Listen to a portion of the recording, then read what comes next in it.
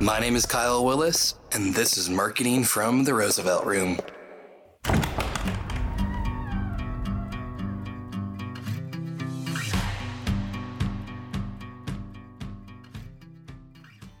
Welcome back to a new episode of Marketing from the Roosevelt Room. We are carrying on our series of The Complete Entrepreneur, and today's topic is going to set you entrepreneurs up in making sure your ad campaigns, your web content, your messaging, your sales tactics, all of it works together by understanding your audience and how to communicate with them. We're getting into the topic of copywriting. And our guest on the show is my dear friend and expert in the copywriting field, Sarah Temte. Sarah, thank you for being with us here today. I'm so thrilled. And Kyle, you have such a radio voice. You'll just listen for your voice. You know, I appreciate that. I guess I have. Do I turn this on naturally, or does it come only when the record button starts? I like it. Thank you. So, Sarah, I've enjoyed learning from you, watching from you of this whole element of being able to get into the mind of your viewer, of your reader. You're an expert of being able to get people to take action. And you do it so humbly and so often behind the scenes, working with your clients, whether it be in a ghostwriting perception or being in more of a teaching element.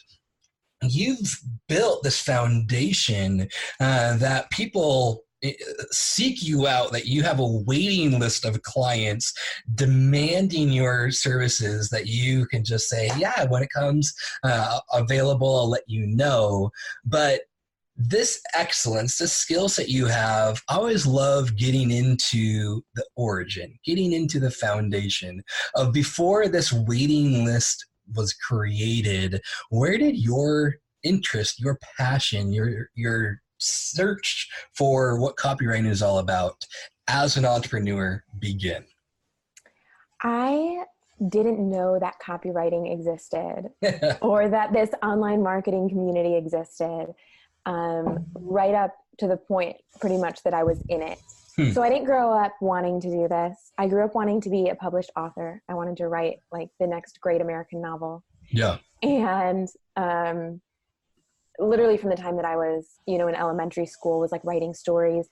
My library changed the amount of books. They put a limit on the amount of books that you could check out because of me, because I'd have like 100 books checked out at one time. So they said you would only have 50 books checked out at one time. I had my library card go into collections. Like I was just obsessed because of so many fines on it. I was just like obsessed with stories. And then when I was in grad school studying fiction, I stumbled into this world because I was literally just trying to make money. Yeah. To like pay my way through school. So I was waitressing, tutoring, bartending, and started doing some freelance blogging. Like put a profile up on Upwork, put something out on Craigslist, like literally like, hey, I'll rewrite your website for $100. Because I was, not because I knew shit about business or marketing, but because I was like, I'm a good writer. I can probably figure this out. Because I'd studied writing my whole life. Yeah. And then when people started paying me, and when I started actually putting together these websites or managing these random Instagram accounts or writing blog posts for literally anyone from like landscapers to wedding photographers, getting paid 20 or 50 bucks a pop, I uncovered this world of online marketing and was just blown away by the opportunity and by the freedom that people had, by the innovation that was happening. And loved the way that I could use my background in storytelling and character development to kind of mesh with the world of marketing. Totally. So just got obsessed with telling real people's stories and figuring out sales psychology, because I had spent so much time just loving developing fake characters and fake stories and getting into other people's heads, from the time that I was a little girl being like, I'm going to write a story about a princess or a convicted serial killer or someone going out in the Wild West And so I feel like I had spent most of my life getting in other people's shoes and having empathy for other people's situations and imagining what it would look like to live a life really different from my own. And so what I do now, where I'm getting into the shoes of an audience or a character, like an avatar or someone's market, feels so natural and easy. Wow. And also feels like more impactful because I get to change real people's lives and help, companies encourage their audiences to make, a life-changing transformation or purchase or investment. Absolutely. And, you talk about being able to get yourself in the shoes of your customer. That's not easy. I imagine that's taken some work to be able to understand the personas that you're working with, the consumer behavior, their buying process. Can you share a little bit insights of, I understand, can't let all the secrets out of the bag, but what kind of the start has looked like for you and being able to go from being able to create stories of new characters from the books you're reading and that fictional part to then translate that to, all right, here's my client, here's their product or service, here's who they're trying to sell it to. How do I write and communicate in such a way that people want to click that buy now button? Yeah, absolutely. So for me, it starts by getting to know an audience more holistically. I find that often when business owners are trying to get inside the head of their audience, they only think about this one aspect of their audience's lives. And that's the little aspect of whatever they're selling, whether they're selling a business product, health product, relationship product.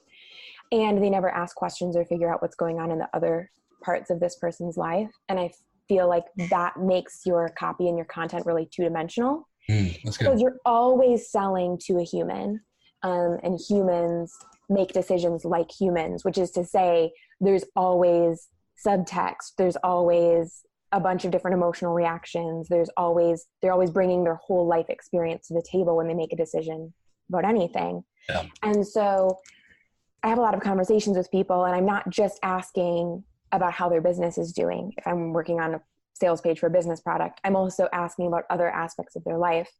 And then when I sit down to write, I'm almost in like a meditative state where I'm trying to imagine what it would feel like to go through life as them on a regular basis. So if I'm imagining, hey, just got off the phone with someone who is, 45 and has been trying to get their business off the ground for 15 years. And I imagine starting at like Monday morning on 6 a.m., how that pain and that struggle impacts every interaction and moment that they have like throughout their week. And so what do they feel like when they walk down to the kitchen to make coffee? And like maybe they have a stab of guilt because they've been promising their wife or husband, so their significant other, that they're going to remodel the kitchen. They've been making that promise for 5, 10, 15 years, but have never had the money to do it. And maybe even when they've had the money, they've invested it in business opportunities that have gone south or coaching programs that haven't really worked out. Yeah. And so I try to walk myself through almost like I'm watching a movie and watching them collide with all of these different life events and imagine what that would feel like. And that's one of the most helpful things. And I encourage people to kind of walk through that. Like if you're struggling to write copy that is emotional and compelling, like take out a piece of paper and write Monday, 6 a.m., Monday, 9 a.m., go through, like almost write out a little calendar and imagine them walking through, meetings that they have or making a decision of whether they're going to go out for a date night or not, or deciding whether to sleep in or not, like all these different decisions.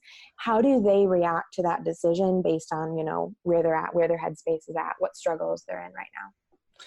And so as you're getting into the pains and the lifestyle that goes into that buying journey, and, I like that aspect where you're saying, okay, it's not just here's the list of features or benefits that this product or service may have, but you're really trying to think through that element of if you don't fix the situation you're in now, if you don't fix the problem you're dealing with now, that pain that you have at 6 a.m., what's going to change about your day? How will that affect the way you live your life? What's Tuesday, Wednesday going to look like?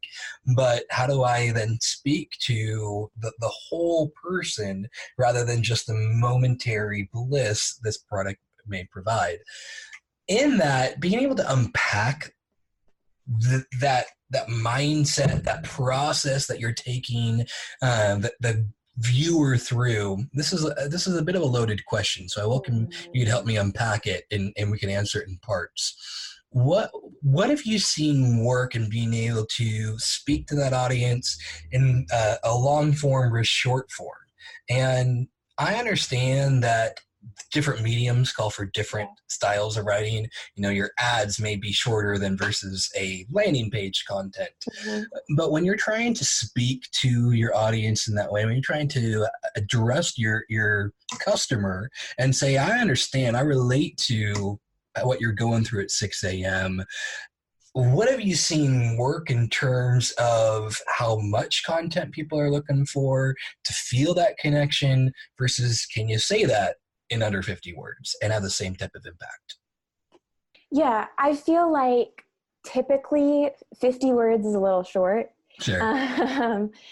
I often think that stories work best, and stories let you get away with longer form content. Because once people get hooked by a story, they don't feel the length as much. The reading is faster. And that's one of the reasons that lists also work. Like if you see listicles where it's like, hey, 10 reasons why, or 18 things I've learned, or 9 predictions for the industry in 2019. It reads faster because people just get hooked into the pace. So I like using lists or stories to get away with long form content. And I think the longer that you can keep people's eyes on what you're doing, the more of an emotional bond is formed. Yeah. And I will say that I don't see people using stories enough. I think there's way too much of an emphasis on like quote unquote value-based content right now in marketing, and everyone trying to like teach and be so educational and drop so much quote unquote value, when honestly, that isn't usually the best way to get someone's attention right off the bat. Especially if you're doing something like an ad or doing copy on social media or doing copy in someone's email inbox, where there's a lot of noise, a lot of distractions. Stories that make people smile, or that feel like a breath of fresh air, or that make them feel like their load is a little lighter, or there's a little light at the end of the tunnel, are, in my opinion, sometimes a lot more valuable than trying to be a college professor on Facebook or in someone's email inbox.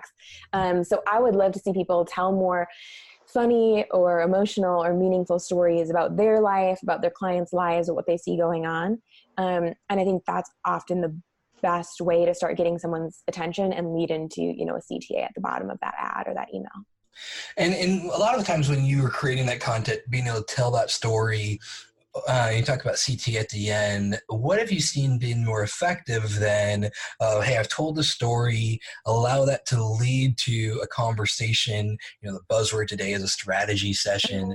I've seen, being able to tell that story, allow that to then lead to, hey, let's have a conversation, see if we can help what your need is. Or has it been more of, hey, stories sell, and stories can't end with a buy now? As you've seen one perform over another, is it truly your product or service will dictate what's best? Any insights of kind of what you've seen in the content you've created, the others you've studied, the calls to action the best calls to action that come out of stories? I think people like to be told what to do. And people like to know what comes next. And so telling a story and leaving it open-ended and hoping someone just reaches out to you, or hoping someone comments and says, how can I send you money, is a little bit of a pipe dream. So I like strong and clear calls to action. Now, it doesn't always have to be buy now. It doesn't always have to be book a call with me. It could be shoot me a message. It could be, hey, think about XYZ. It could be, hey, reply to this email. And, asking this little question that opens a conversation over email or over DMs or in the comment section can be great. But I think clarity is really important, and people don't want to get on the phone with you or don't want to click through to whatever's next unless they really feel like you're holding their hand and they know what's going to happen. Yeah. I like clarity. I like a strong ask. I like that. That's good. And, I love that aspect of being able to, as you said, hold their hand, guide them through, because it keeps that relationship intact. It keeps that aspect where they're not a transaction. And it's not I think we're all used to now the funnels that lead to upsells. And it's like, wait a minute, I thought you were going to actually help solve a problem. And I'm not against upsells. Don't get me wrong. I think they're great. I think that's the natural build of any funnels that get created. When I think about, these entrepreneurs who are either just starting their business or wanting to know how to scale it and say, oh, yeah, I want to create content that can speak to my audience, because I'm a firm believer that if you started your business, you got to have a real expertise in what you can offer, and something that's really going to change the way your audience has come to expect whatever your product or service may be. We don't need more noise. We need something that's going to cut through that noise. Yeah. So in that content, in creating that story, the ability for your call to action to be able to say, look, you've read this far, I've demonstrated a level of expertise, and I think even stories provide value, where I'm not anti-value-based marketing, but I absolutely agree that there's I think I've told you before how many courses I've signed up for and go through 20% of the material, because sure, it's great content, it's value-based, but it's not made the impact on me to say, hell yeah, I got to spend my time going through this and it's going to change my business. And 100%. That a lot of that's on me, but the most effective coaches, the most effective programs, the most effective trainings I've gone through have been when there's someone who can tell that story to say, this is the impact it's going to be in your business. So what I'd love to know a little bit, Sarah, is just trying to make this really practical. When you're creating content, if you're able to share with us a little bit of the process you go through, from, hey, the client says, I sell these kind of widgets. My audience is people who live in Timbuktu at this age range, and these are their interests. What's the process you'd go through from, okay, I have this information, to now pen's on the paper and I'm ready to turn this into the client? Is it more research you do into the audience? Is it, how do you create the story in your mind and tell and understand that buyer's journey? Is that where you need to really interview the client deeper, or what's that process look like for you? The first thing I do, ideally, is listen to recorded sales calls. I like that. Most of the people I write for, it's not product-based. It's usually service-based or, programs. So they are often sales calls.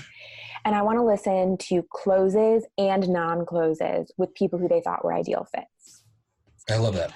And in that process, I'm absorbing a lot of stuff that will end up in the copy. But what I'm specifically looking for is, what were all of the reasons that person hadn't bought yet? What were the list of things that would have kept that person from buying, or would keep that person from buying?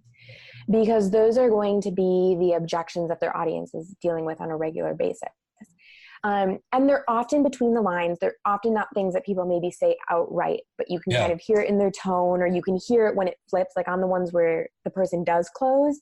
You can hear the moment where they're like, oh yeah, what you just said, that was it. Like that was the flip. And so then the first thing I do after listening to all of those calls, and maybe having some interviews as well with their current past customers or just involved audience members, I make a list of everything that's currently keeping their audience from buying. And it could be, there's a range of things. It could be that they don't fully understand the product. They don't fully understand the widget. They have questions about it, a lack of clarity about it. It could be that, like, identity related beliefs that are keeping them from buying.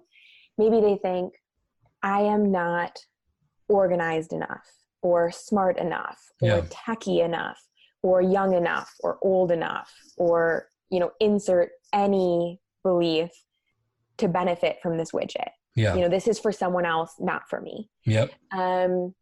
It might be, there's not enough support involved with this. or this isn't the right time because of X. And so I try to make a list. It's usually 15 or so things. And then my goal is to shape a story and like a sales letter or a series of emails that's going to address every single one of those. Yeah. Ideally in general sequence, because there are some things that are going to have to happen up front, like prerequisite sort of beliefs. And then as they get deeper, usually the last belief is around like, oh, this might not be the right time. I'm going to wait another month. Sure. Et cetera, et cetera. And so that is going to at least form like the bulk of the campaign.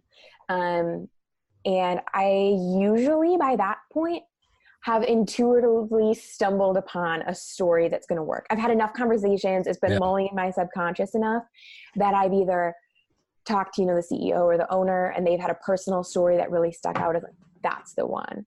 Or I've talked to one of the clients or customers and they've had a story where I'm like, that's the one. Or there's been something happening in pop culture or some sort of news story where I'm like, okay, that's the story that we're going to shape this around.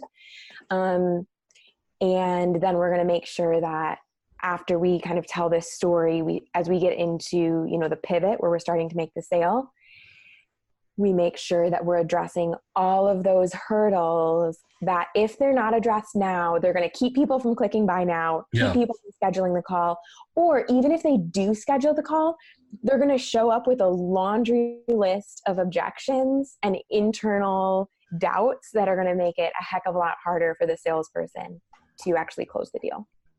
If you're driving right now, I hope you pulled over to the side of the road to take some notes on what Sarah just shared, because that was huge. I mean, that is I hate the term gold and nuggets and all the analogies people use. They're like, wow, that was value bombs. Like, but no shit, that was really, really practical and super helpful to think through of where to begin. I think of my business now and the sales calls I go on, and you made a few examples there. I'm like, oh shit, that's exactly what I'm going through of, hey, someone reached out to me and said, I'm interested.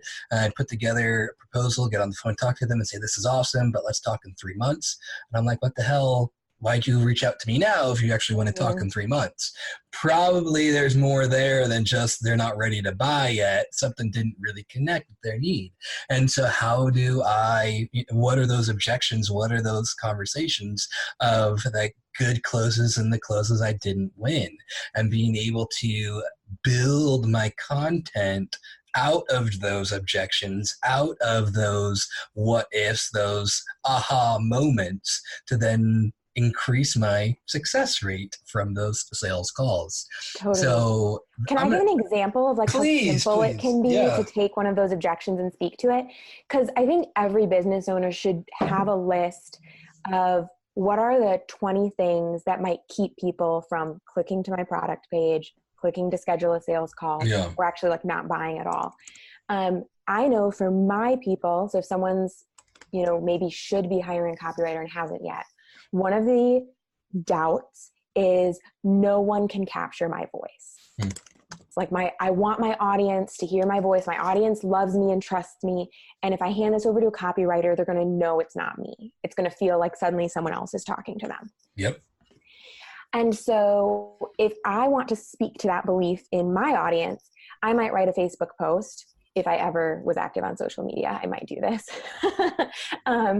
And tell us a story about how, let's see. So when I was growing up, my mom would always give me a super hard time because after friends came over, I would talk like them.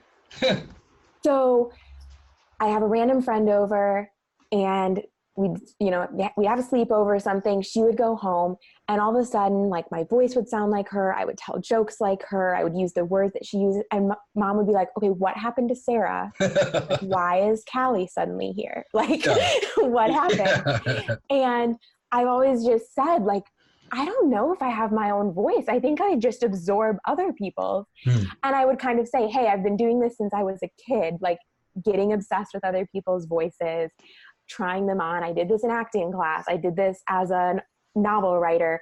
And now it's what I do every day with my clients. I'm not going to write in my voice. I'm not going to write in marketer McMarketerson's voice. I'm going to write as you. And I have like a toolkit that's going to let me do that. And that's a really silly story, but it probably is going to move the needle for a couple people in my audience who are like, oh, maybe it is possible for someone else to spend time with me, go through some voice exercises with me, listen to stories that they've audio recorded for me, because that's usually how I work with my clients, is I have them audio record stuff so that I can listen to them while I write. And I'm not going to be betraying my audience by publishing this, weird stuff. Maybe it will actually sound like me. So it can be as simple as that, and it can really help you write. You should post something, you should email your list, and you don't know what to say. Go back to that objection list and speak to one of those. I love that. That was awesome. Little did Callie know that she would be setting you up for your career as a little 12-year-old. I owe everything to her.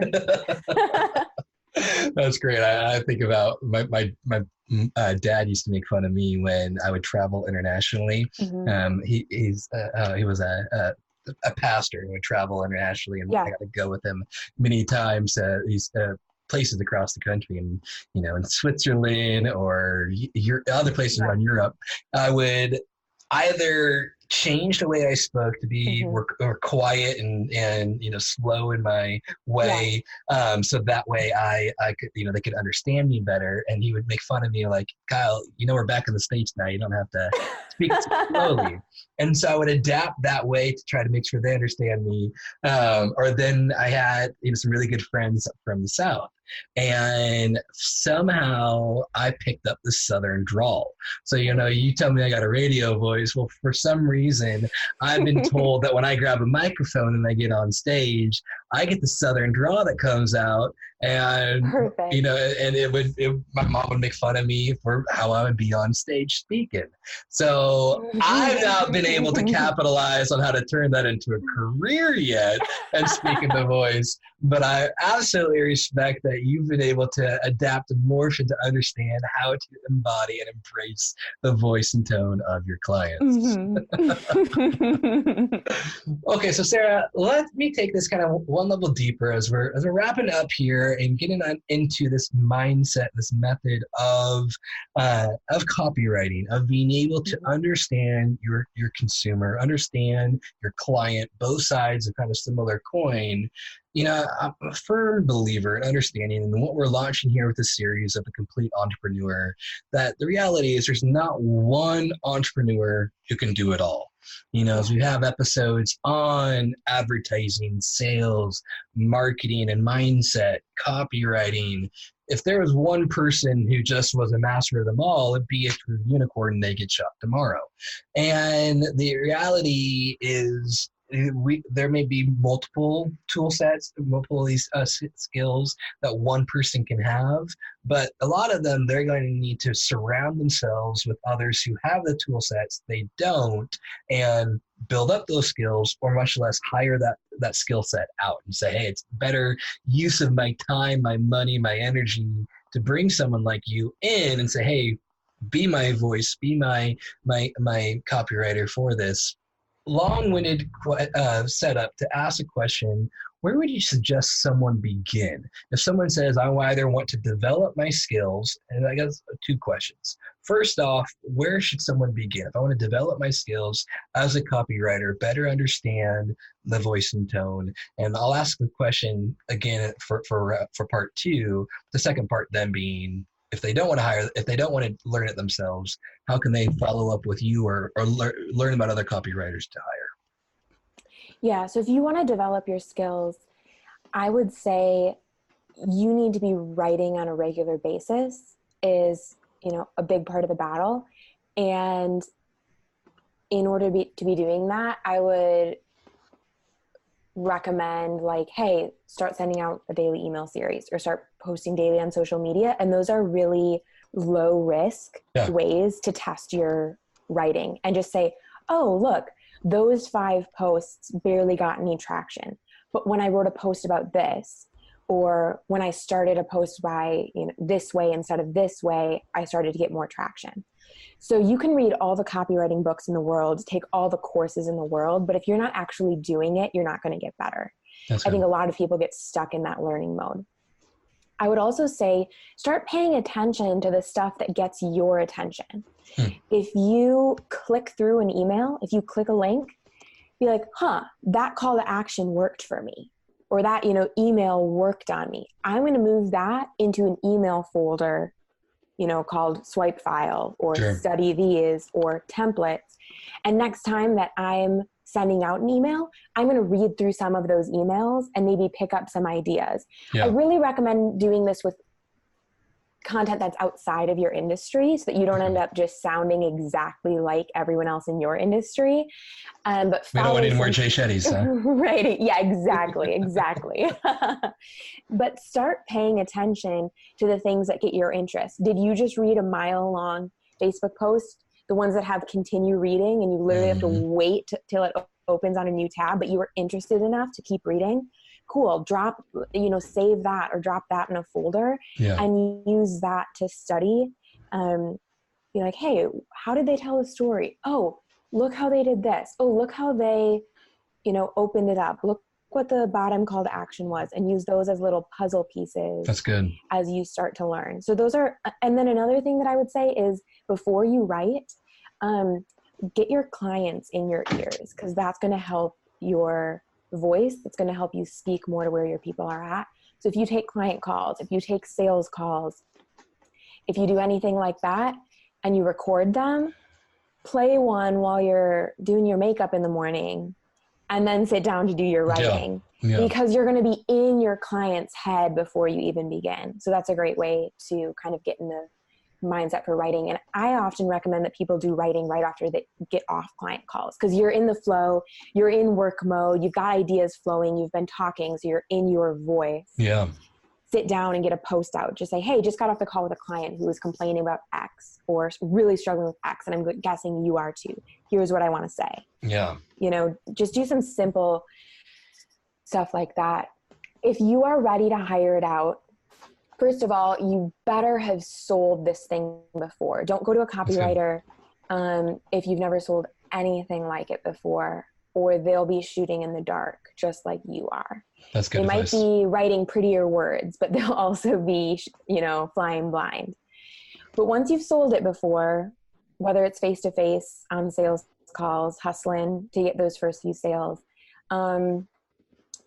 find someone who's written for your industry or type of product before. Okay. I had someone get on the phone with me a few weeks ago who sells generators. He says he sounds like an awesome person, sounds like an awesome product. I don't know shit about generators. I would have so much catching up to do. Yeah. Whereas someone who's, works in that industry or in that field is going to have such a leg up. So find someone who has worked in your industry before and is ideally passionate about it, actually cares about that audience.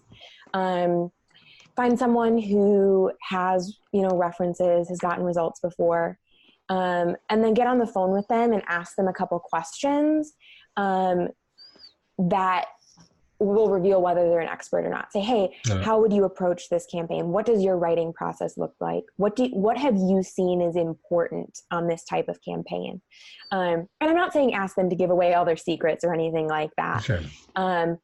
But you can generally get a pretty good feel for if someone actually knows what's working right now or not. Awesome. That's huge. Yeah. So I would start there.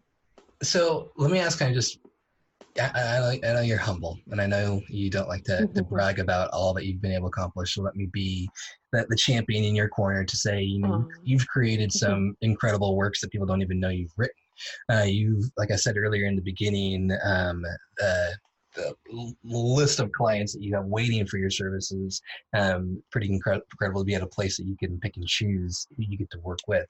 Is there a way, though, that people can stay connected to you, learn from you? If there's other copywriters listening right now and say, man, I want to be in a place that I have demand like that, or business owners, these entrepreneurs are saying, I want to know how to develop those skills for myself.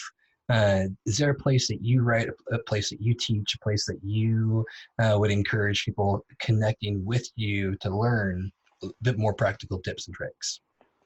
Totally. So you can see what I'm up to either by sending me a friend request on Facebook, My name's Sarah Temte, SarahTemte, or just go to sarahtemte.com and I have current stuff up there typically.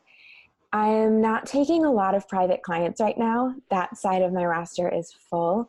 However, I'm releasing a series of masterclasses this fall. If people are interested, if you're listening, while this is current, fall 2019, classes on email marketing, giving away tons of templates, literally giving you my emails or emails I've written for other people that have worked. And those people have paid me, $10,000 to write an email sequence or $5,000 to map out a funnel. And you can get them for a lot less by, watching a master class for a couple $100. So that's a great way. If you're still doing your own copywriting, or if you have someone on your team and you want to give them resources so that they're not shooting in the dark and they have an idea of what's working right now. That's huge. And then if you are wanting something custom, I do some one-day work with people. So I'm not doing full-on funnel writing, but if you want me to map out your funnel, if you want me to, figure out those beliefs that need to be overcome in order for someone to show up on a sales call with their credit card ready to buy, we can spend a day together. I call it like an offer doctor day. Basically, make sure your offer is something people actually want, figure out how to talk about it in a way that gets people hyped, and figure out, the 10 or 15 pieces of content and emails you need to send to fill up your calendar or get your product moved. Love it. Okay. And the best way to learn about the Offer Doctor as well as masterclasses is go into sarahtemte.com. Yep, that is. By the time this goes live, those updated things will be up there. Yeah. Perfect.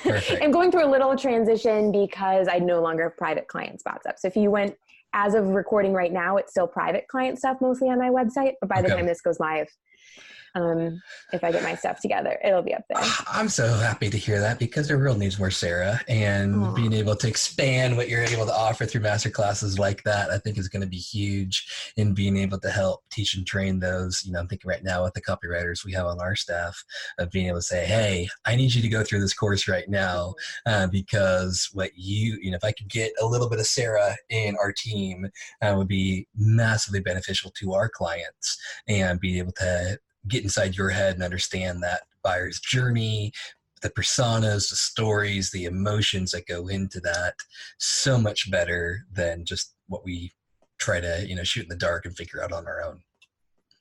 So Sarah, I love what you've been able to bring to us today. I think it's been super practical, being able to have that foundation going into the copywriting, thinking through, I love that aspect of listening to sales calls, the wins and the losses, of being able to understand what's worked and what's not, and create the content from that, and allow the voice of your client, the voice of your customer to be what guides where the content creation comes from. Thank you so much for the very practical examples, stories you've been able to tell, and bring that advice to our listeners today. I really appreciate your time with us. You're so welcome. This was a blast. Awesome. Well, for those listening, we'll have another episode next week carrying on our series of The Complete Entrepreneur. Sarah, so grateful for your time here today. Listeners, really appreciate your time listening, and then we'll have on our website mfrrpodcast.com show notes from this episode, as well as links to Sarah's Facebook and her website, so that way you can reach out to her and stay connected. I will be signing up for that masterclass, encourage you guys to do so as well. Sarah, thank you again. Hey, I want to thank you so much for listening to this episode of Marketing from the Roosevelt Room. If you heard something today that you would like to follow up on and be able to connect with us, connect with our guest, we will have their contact information as well as any links to resources they talked about from Facebook groups, their website, any type of offers that they gave on our website at mfrrpodcast.com. Once again, that is mfrrpodcast.com. join us there. I'd love to keep the conversation going, and you'll be able to get all of our show notes as well as the links that the guests spoke about, so that way we can really serve you. Really do appreciate you spending time with us today in this episode. Hope you have a great rest of your day.